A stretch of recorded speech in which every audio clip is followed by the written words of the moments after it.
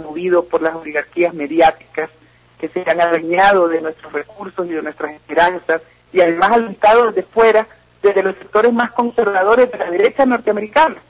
No podemos dejarlos avanzar hacia el continente. Honduras se ha convertido en la arena de batalla de las democracias y de la libertad de todos nuestros pueblos.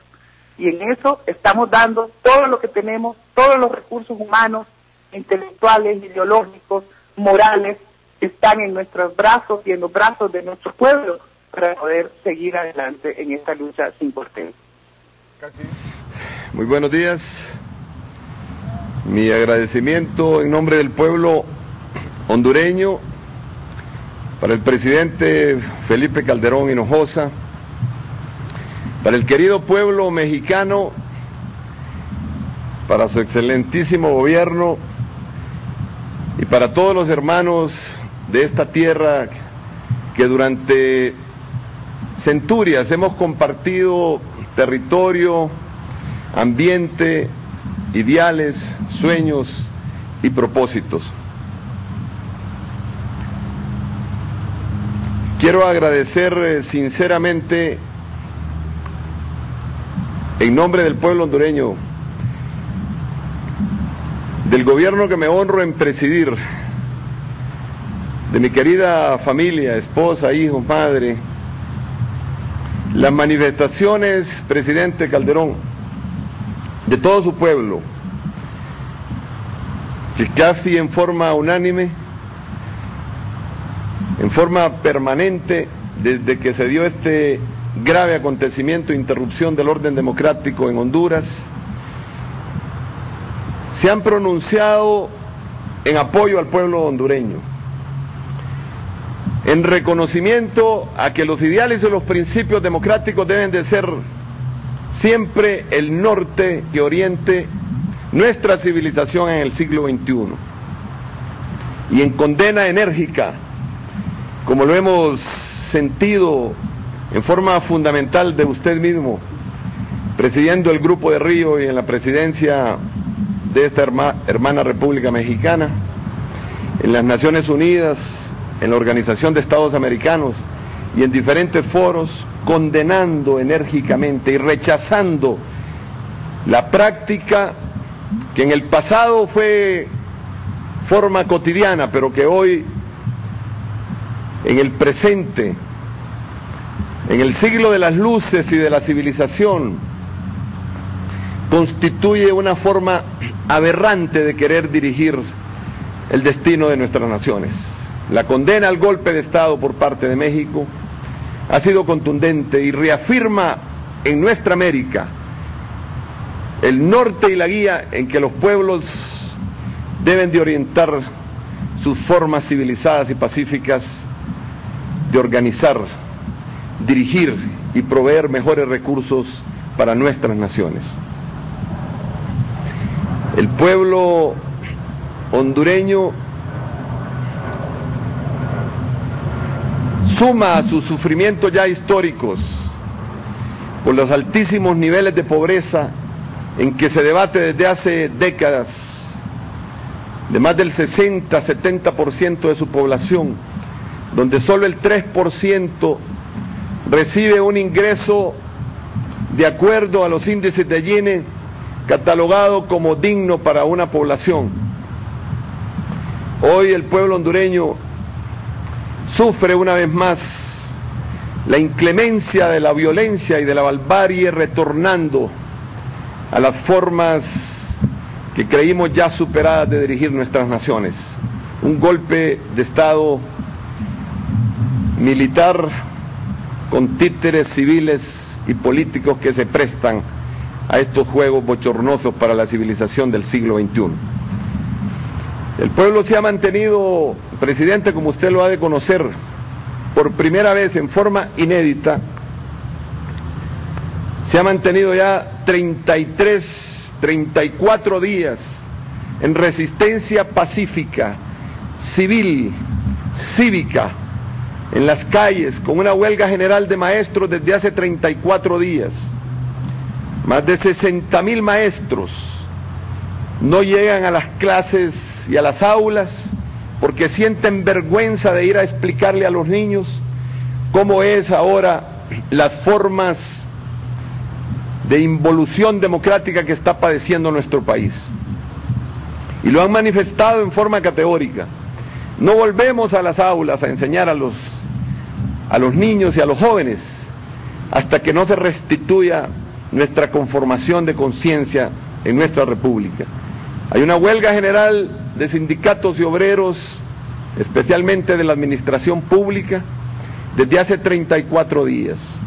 Hay instituciones del Estado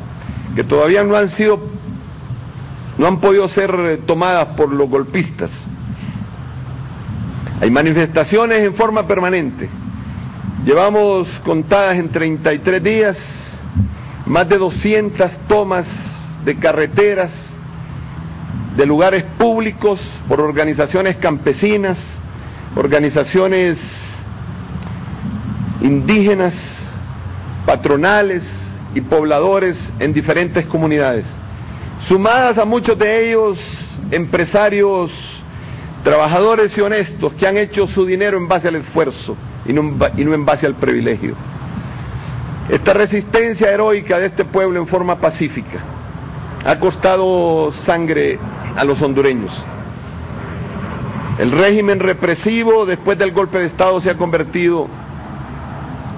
en una conformación dictatorial para emitir leyes que suspenden las garantías constitucionales, que decretan estados de sitio permanente en muchas regiones del país en forma permanente, que allanan moradas por una ley nueva que sacó el Congreso Nacional sin orden judicial, que restringen libertades públicas, como coartar el derecho de la libertad de expresión de medios independientes, como interrumpir las programaciones de muchos canales de televisión y radio en forma abrupta e invadir con fuerzas militares medios de comunicación para impedir que el pueblo hondureño conozca su propia realidad. El mundo conoce lo que pasa en Honduras. A Honduras llega muy poca información de lo que pasa en su mismo territorio. Esta barbarie lógicamente se consuma con derramamiento de sangre, como expresé, muertes de maestros asesinados en las mismas manifestaciones pacíficas, maestros indefensos que han recibido plomos de rifles de alta precisión y que hoy precisamente en Honduras se están enterrando masivamente 2 maestros que murieron en manifestaciones públicas. ¿Será este el destino de la humanidad? ¿Será esto lo que han dicho siempre muchos religiosos y filósofos? Que el hombre siempre vuelve al lugar de donde viene, a las cavernas, que recoge la violencia como el método para volver a hacer imperativas sus deseos, sus manifestaciones y su orden. ¿Será que la conciencia de los pueblos todavía no ha madurado suficiente en ciertos sectores de la población, que vuelven a llamar a la fuerza de los fusiles y de las armas para poder dirigir nuestras naciones? Conocemos las causas que originaron e interrumpieron este proceso democrático en Honduras.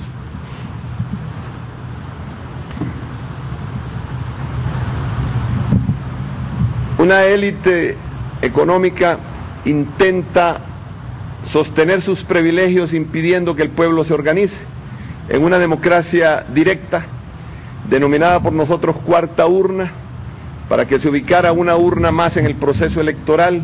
con el fin de que el pueblo pudiera participar en procesos de desarrollo económico, opinar en el desarrollo social, en el desarrollo equitativo presupuestario de la nación, y que el pueblo pudiera hacer las reformas constitucionales cuando así lo deseara, en forma pacífica y transparente. Impedirle a los pueblos su desarrollo, no querer reducir la pobreza o querer reducir la pobreza eliminando a los pobres, es una práctica execrable y que debemos de eliminar hoy en nuestra civilización. Falta mucho que hacer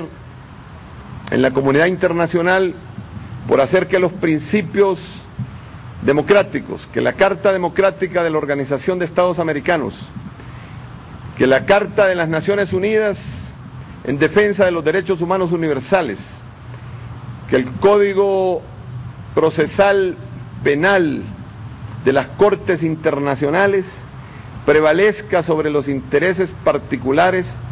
que levantan símbolos de soberanía para violar los sagrados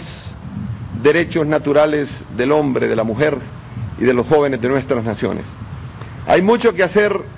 en la comunidad internacional para que las leyes y los principios de la convivencia pacífica, de la que habló Benito Juárez cuando dijo que el respeto al derecho ajeno es la paz, pueda prevalecer sobre la faz de la tierra. Yo agradezco inmensamente la solidaridad que ha tenido el mundo entero, sus países, sus gobiernos, sus organismos de sociedad civil con el pueblo hondureño. Pero revertir este golpe